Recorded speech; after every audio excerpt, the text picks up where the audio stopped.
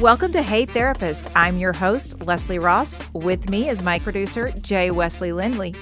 Let's get mental.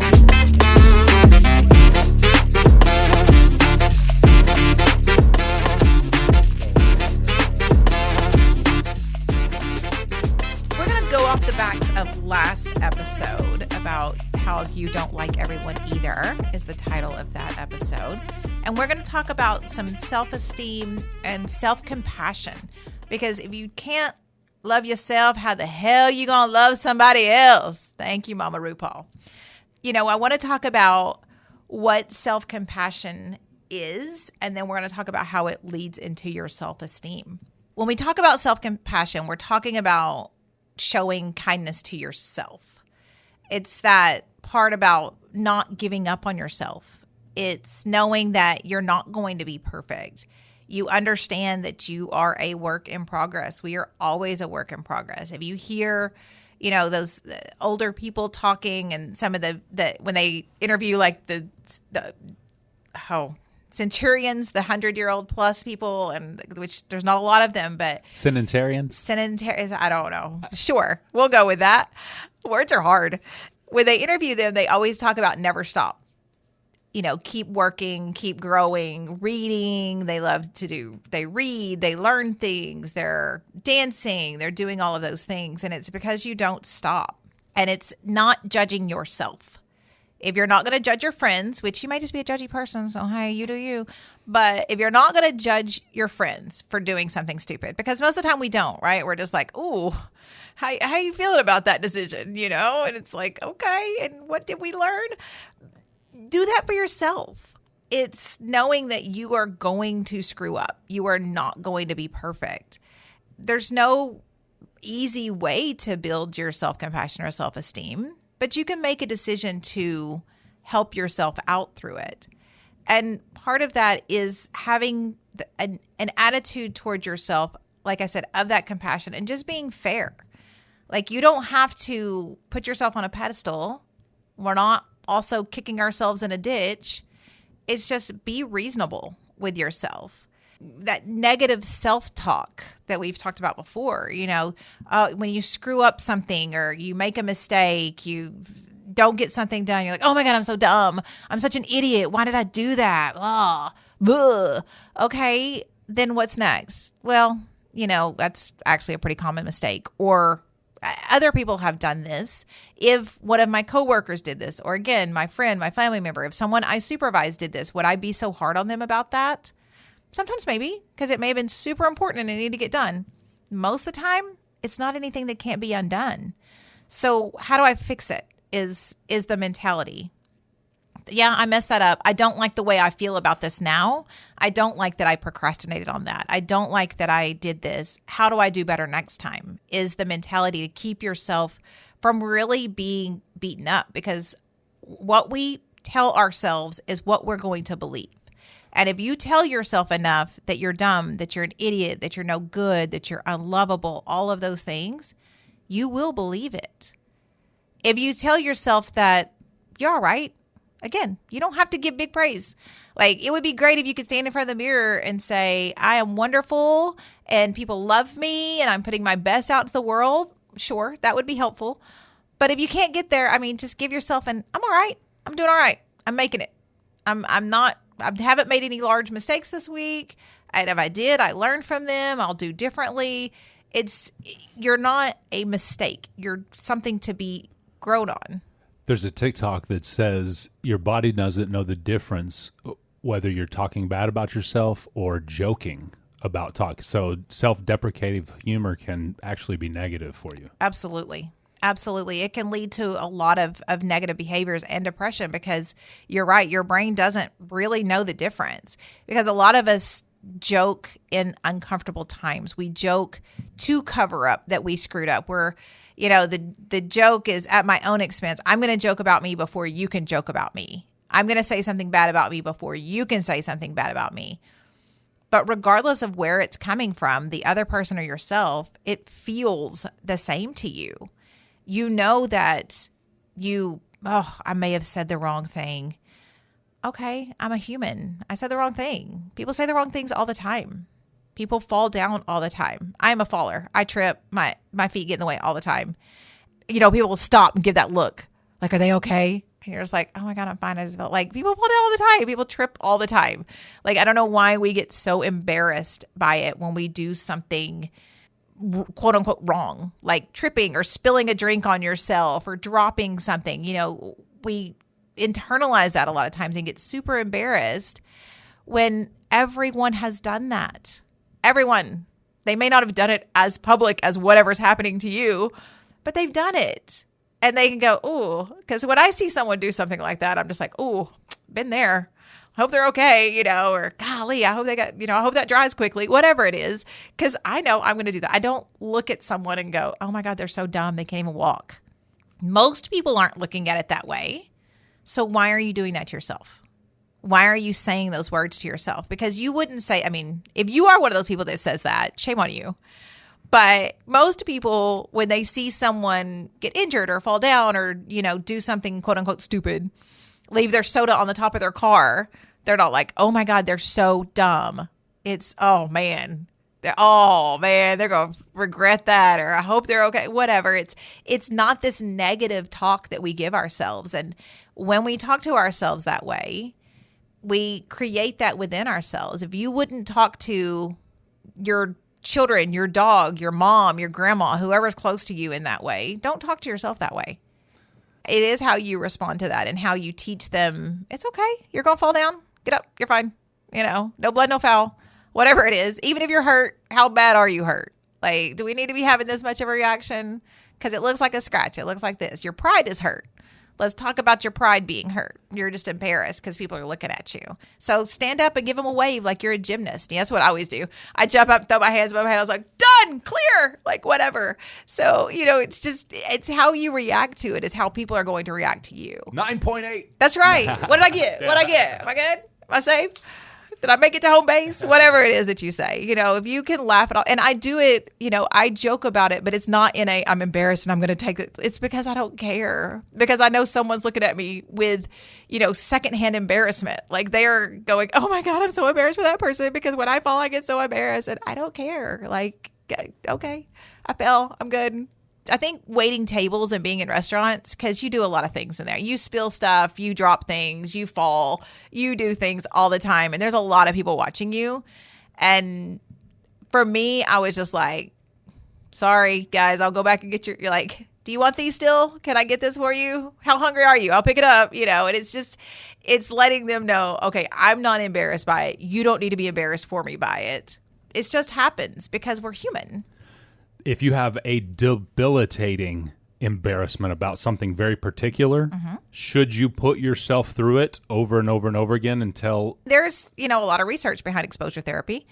And I think that if it's something that you can reasonably do, and maybe you have someone that's, safe with you, like, because sometimes we can't, somebody's going to get embarrassed because the way they speak or...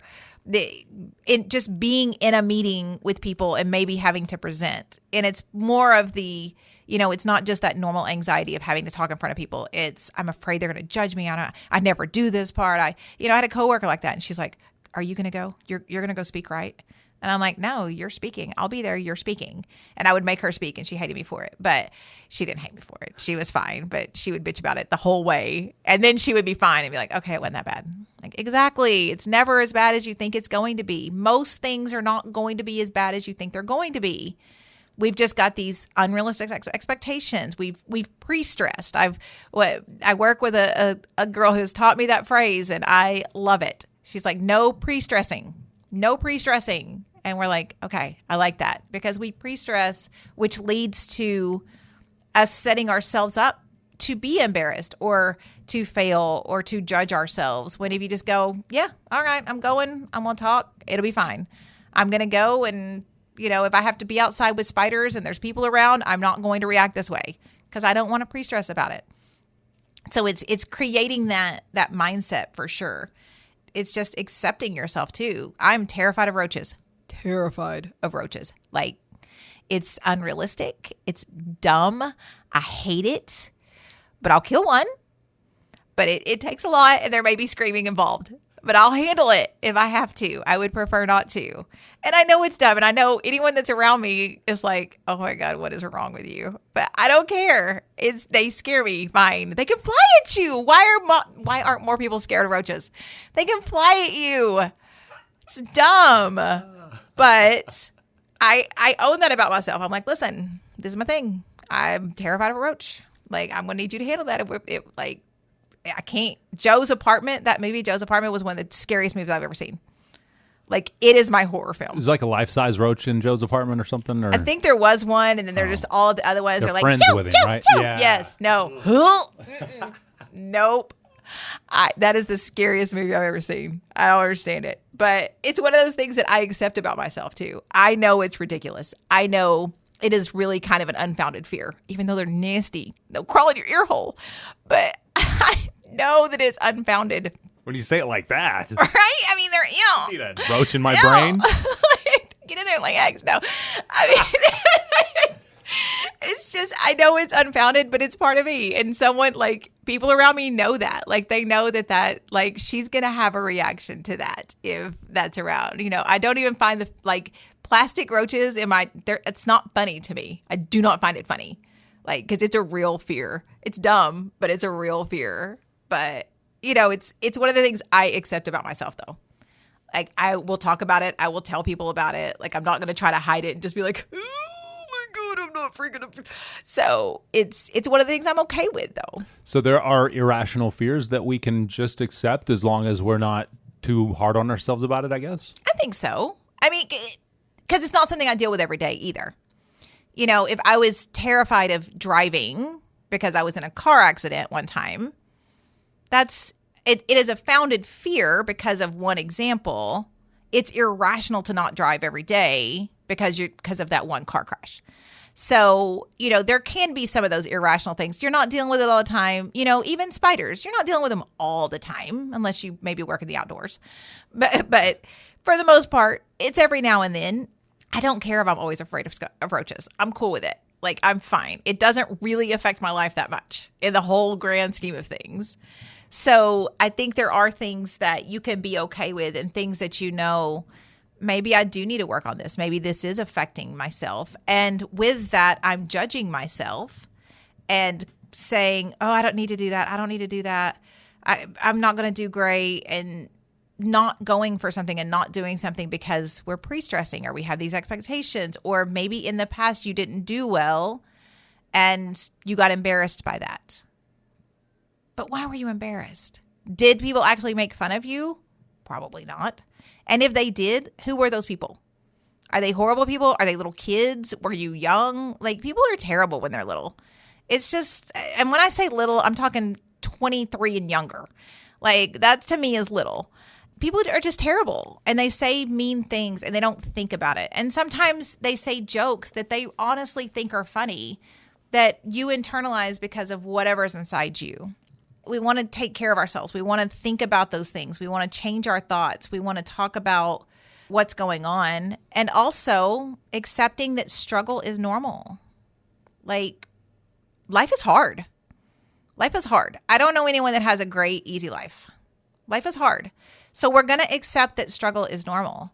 And it ebbs and flows, right? It's mountains and valleys. Sometimes you're going to be doing great and you've worked and you've climbed that mountain and you're up there on top and the view is wonderful and you're looking at sunsets and sunrises or snow caps or whatever you're into. And then you slip and you slide down that hill and we lose a job or a death in the family or something happens, relationship wise, friendships changes, whatever it is. And we're kind of in that valley and you may blame yourself for slipping. Everybody slips. You learn more from failures and hardships than success and easy times. Absolutely. Absolutely, you do. Well, you should anyway. Let me rephrase. You should learn more from those things because that's where you find out who you are. You find out what is important to you. Because if it's a true hardship and you're fighting for something you don't really want, then yeah, you probably won't get it. And then you may blame yourself for not getting it. But if you sit back, you're like, man, I really didn't like that anyway.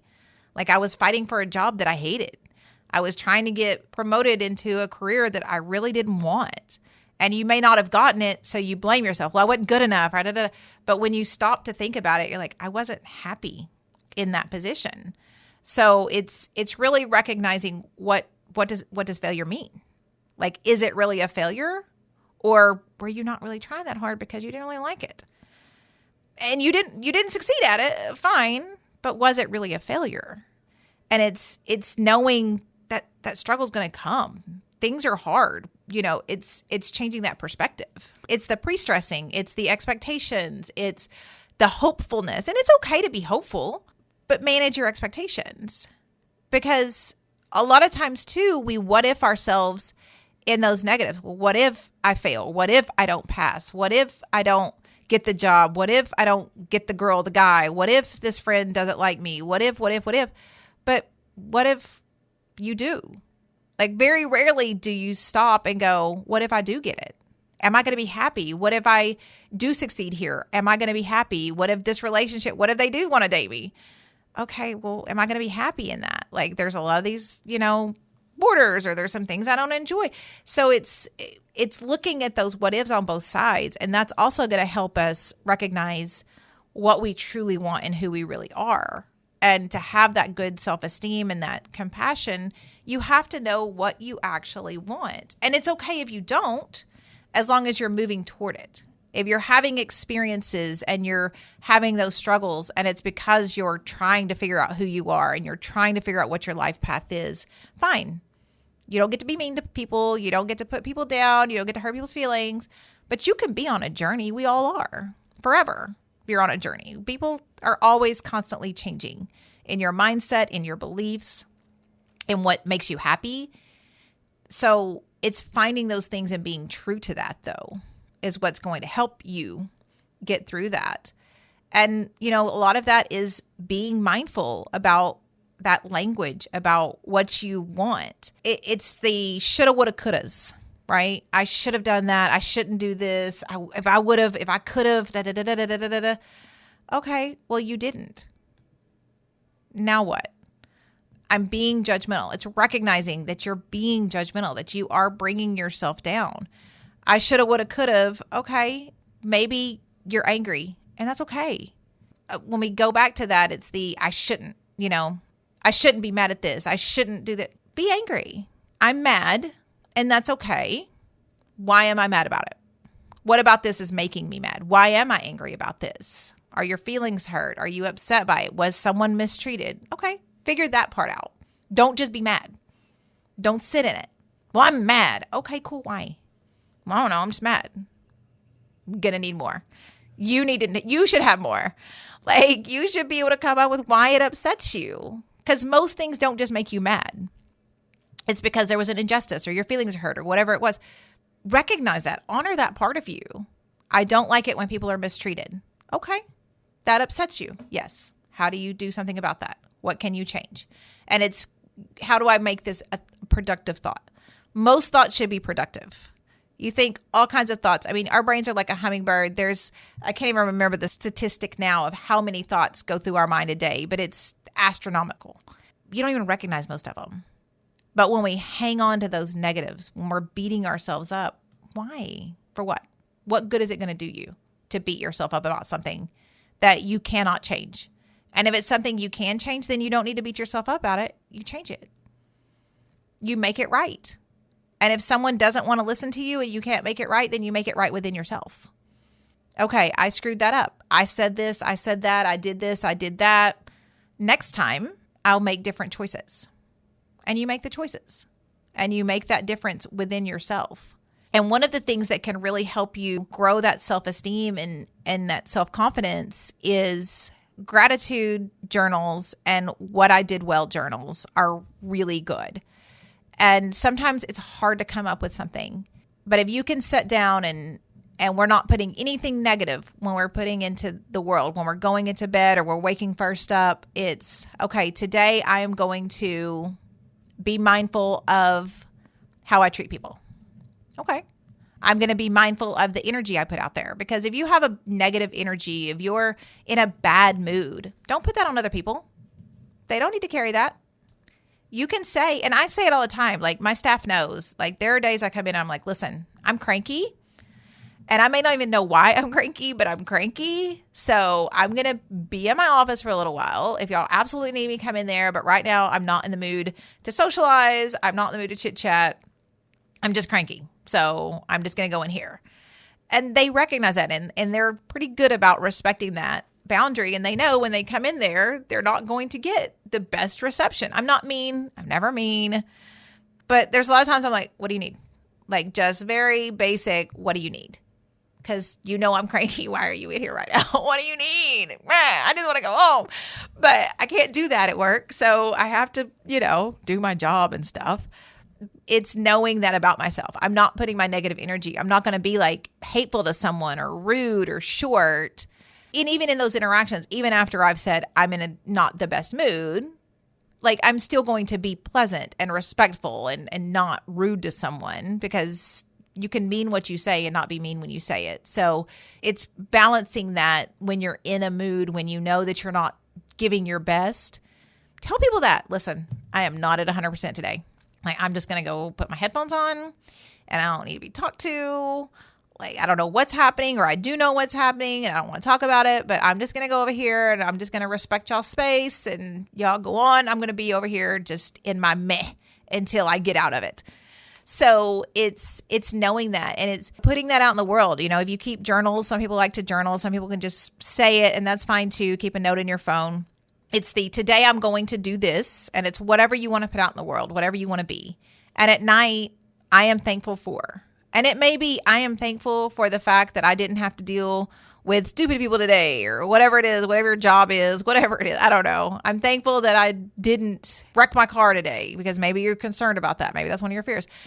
But the more you do that, you're going to look at all these days that you didn't wreck your car, that you were able to deal with people and have a good attitude, that you were in a positive mood, that you put out hard work, all of that stuff. And when we're putting that out there, it's much better than laying there in bed going, well, crap, today I said this to somebody and I didn't get this done and I didn't do this and I didn't do all this and I got to go. That's not good sleep. That's not healthy. And it's all going to be there tomorrow. I didn't do that, and I will get it done tomorrow. I was kind of in a cranky mood, and tomorrow I'll tell someone, sorry if I came off a little rough. It's fixable, and you don't have to just live in it and feel bad about it. It's hard to have a bad attitude when showing gratitude. Ooh, look at you with the quips today. I think I read that somewhere too, or something along those lines, but yeah, that's a really good one. Jay is on one today. He's on point. Mm-hmm. It's about finding yourself and being just okay with yourself. Like I said, I want you to love yourself. I want you to be happy with yourself. But if you can't get there yet, just be okay with yourself. I'm not where I want to be, and that's okay. I'm not making the money I want to right now, and that's okay. I'm not in the physical shape I want to be in, and that's okay. Because tomorrow, I'm going to go for a little walk. Or I'm going to make better food choices. Or I'm going to put my application out there, because, I'm not ever going to make the money I want to make in this job, but I have this skill set now, and I'm going to put my application out there and look for other jobs. Even if you're not going to change jobs, it's nice to put it out there. It's nice to look, right? Your resume should always be out there, because the best time to look for a job is when you already have one. Like if you don't even want the job, somebody may see your resume out there and go, hey, I saw your resume. Are you interested? And it may be the job of your dreams, but we don't know, because you may be worried. Well, I can't get another job. This is all I can ever do, or I don't have any skills, or there's very few jobs where you're not learning any skills that are transferable. And there could be somewhere out there that's just looking for exactly what you have to offer. Like just getting those calls. Hey, I saw even if it's just a blanket recruiter. Hey, I found your resume on Indeed. Like, cool, thanks. What's the job? No, not interested. But it does. It's nice for someone to recognize your abilities, and it is a boost. So it's putting yourself out there. It's loving yourself and recognizing that you're okay and you're going to screw up, and that's okay. And it's fixable. And sometimes even if it's not truly fixable, you can move forward and grow from it. For my producer, Jay Lindley, I'm Leslie Ross. Thank you all for joining us. Please send any questions or comments through the website, heytherapist.com, or email help@heytherapist.com. They may be featured on the show anonymously. Hey Therapist is an SEOK radio production and is for your entertainment purposes only. Thank you for joining us. Make good choices.